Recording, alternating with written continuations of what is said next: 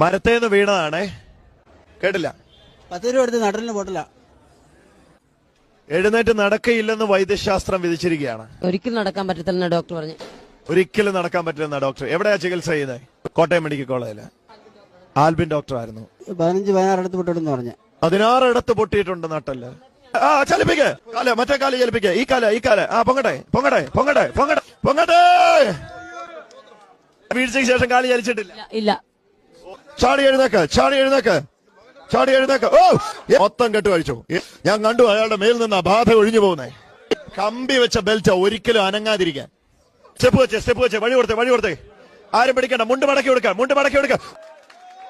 തിരിച്ചു വാ. ഓയ്, എന്തൊക്കെയാ നടക്കുന്നേ?